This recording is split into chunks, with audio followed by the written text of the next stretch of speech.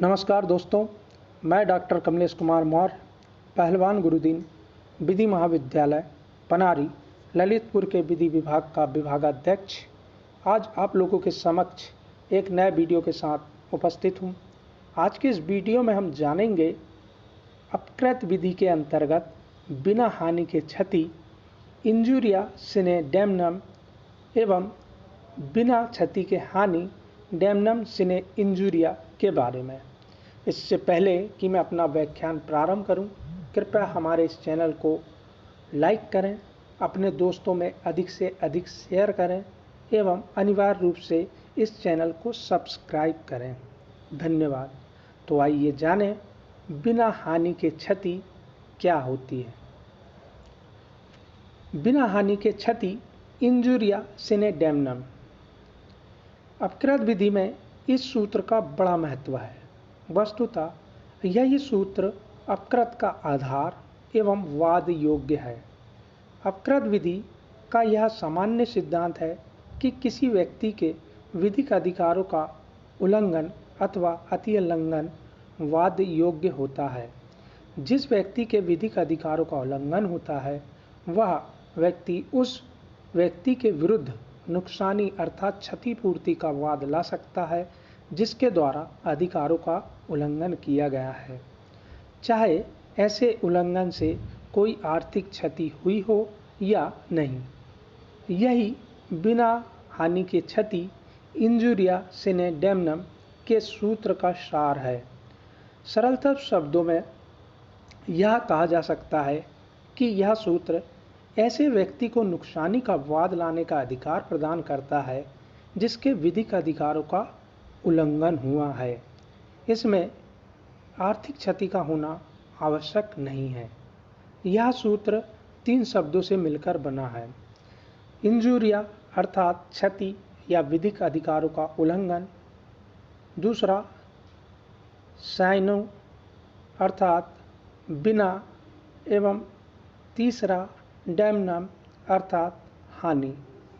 इस प्रकार इन तीनों शब्दों का मिला जुला रूप ही बिना क्षति के हानि एवं क्षति बिना हानि को दर्शित करता है।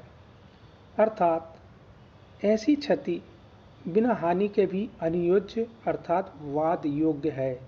इसके लिए आवश्यकता मात्र किसी व्यक्ति विधिक अधिकारों का उल्लंघन होना अनिवार्य है। इसमें आर्थिक हानि का होना आवश्यक नहीं है। इसे एक उदाहरण द्वारा स्पष्ट रूप से समझने का प्रयास करेंगे।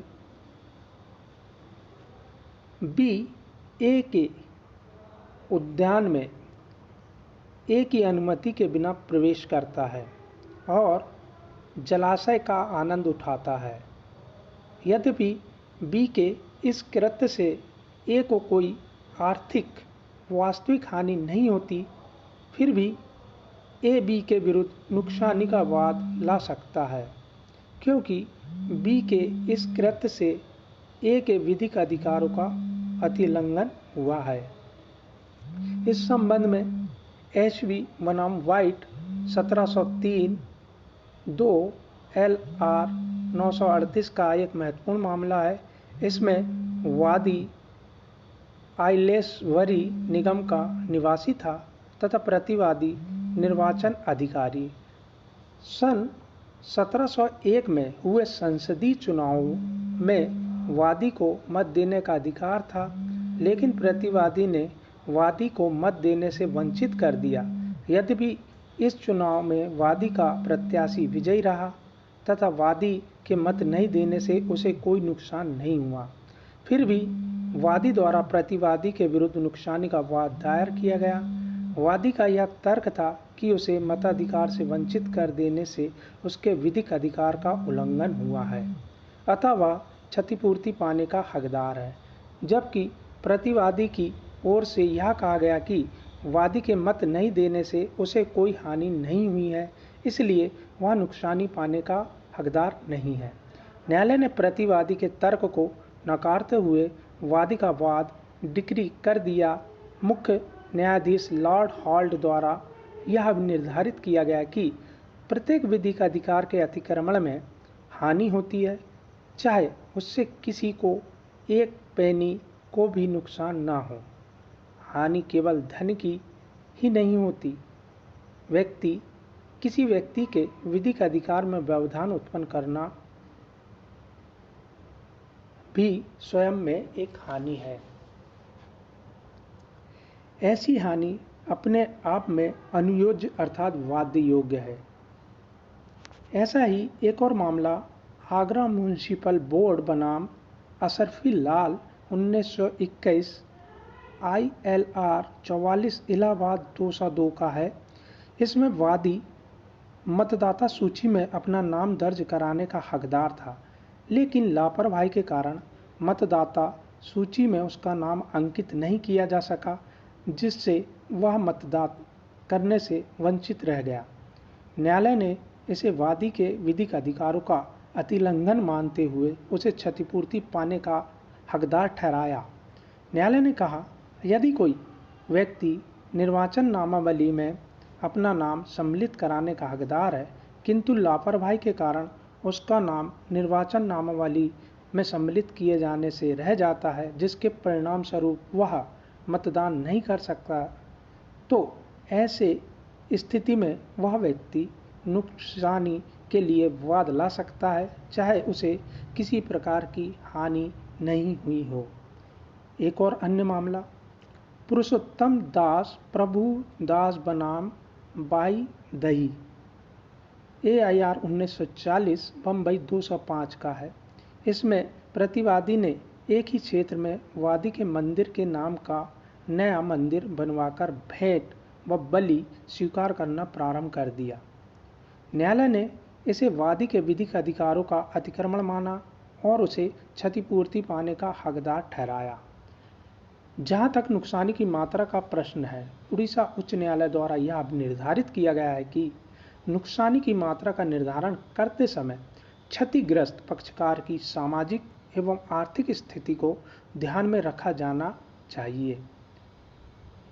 ठीक ऐसा ही मत Bindra Devi Chauhan versus state of Himachal Pradesh AIR 2006 Himachal Pradesh 91 के मामले में अभिव्यक्त किया गया।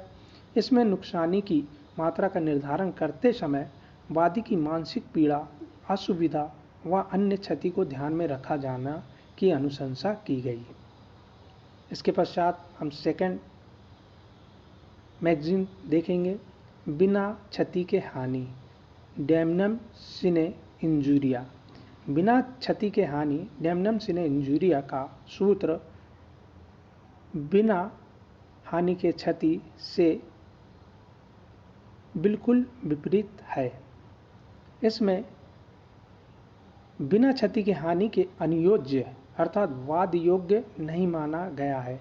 इसका मुख्य कारण है कि ऐसे मामले में किसी व्यक्ति के विधिक अधिकारों का अतिक्रमण नहीं होता है।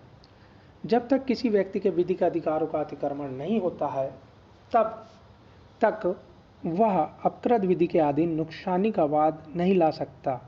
ऐसे मामलों में हानि महत्वपूर्ण नहीं होती है। किसी व्यक्ति को कितनी ही आर्थिक हानि होने पर भी यदि उसके किसी विधिक अधिकार का अतिक्रमण नहीं होता है, तो वह नुकसानी का वाद नहीं ला सकता। यही सूत्र का सार एवं अर्थ है। उदाहरणार्थ, जयपुर के जोहरी बाजार में एक कपड़े का व्यवसाय करता है और उसका व्यवसाय अच्छे चलता है। उसी बाजार में बी भी ऐसे ही कपड़ों का व्यवसाय प्रारंभ करता है, जिससे एक की ग्राहकी कम हो जाती है और उसे आर्थिक नुकसान होता है। ए बी के विरुद्ध नुकसानी का वाद नहीं ला सकता, क्योंकि उसके किसी विधिक अधिकार का अतिक्रमण नहीं हुआ है, यद्यपि उसे आर्थिक हानि अवश्य हुई है। इस संबंध में Gloucester grammar school 1410 YBH 11 H4F 471 का एक महत्वपूर्ण मामला है। इसमें वादी एक स्थान पर अपना स्कूल चला रहा था। प्रतिवादी ने भी उसी स्कूल के पास अपना एक स्कूल प्रारंभ कर दिया, जिससे वादी स्कूल के कई विद्यार्थी प्रतिवादी के स्कूल में आ गए। इस पर वादी को अपना स्कूल चलाने के लिए शुल्क में काफ़ी कमी करनी पड़ी, जिसके कारण उसको भारी आर्थिक क्षति हुई। वादी ने प्रतिवादी के विरुद्ध नुकसानी का वाद दायर किया। न्यायालय ने वादी का वाद खारिज करते हुए कहा कि प्रतिवादी को भी स्कूल खोलने का अधिकार था। उसके स्कूल खोलने से वादी के किसी भी विधिक अधिकार का अतिक्रमण नहीं होता है। इसके पश्चात एक और केस है, चेसमोर वर्सेस रिचर्ड्स 1859, NHLC 349 का ही एक अन्य प्रकरण है। इसमें वादी एक मिल का मालिक था तथा पिछले 6 वर्षों से अपनी मिल के लिए एक जलधारा से पानी ले रहा था। प्रतिवादी ने वादी के पड़ोस की अपनी भूमि पर एक गहरा कुआं खुदवाया, जिससे वादी को जलधारा से पानी मिलना बंद हो गया। वादी ने प्रतिवादी के विरुद्ध नुकसानी का वाद संस्थित किया, जो न्यायालय द्वारा यह कहते हुए खारिज कर दिया गया कि इससे वादी के किसी विधिक अधिकार का अतिक्रमण नहीं होता है, क्योंकि प्रतिवादी को अपनी जमीन पर कुआं खुदवाने का अधिकार था। आई होप यह वीडियो आपको बहुत पसंद आया होगा। धन्यवाद।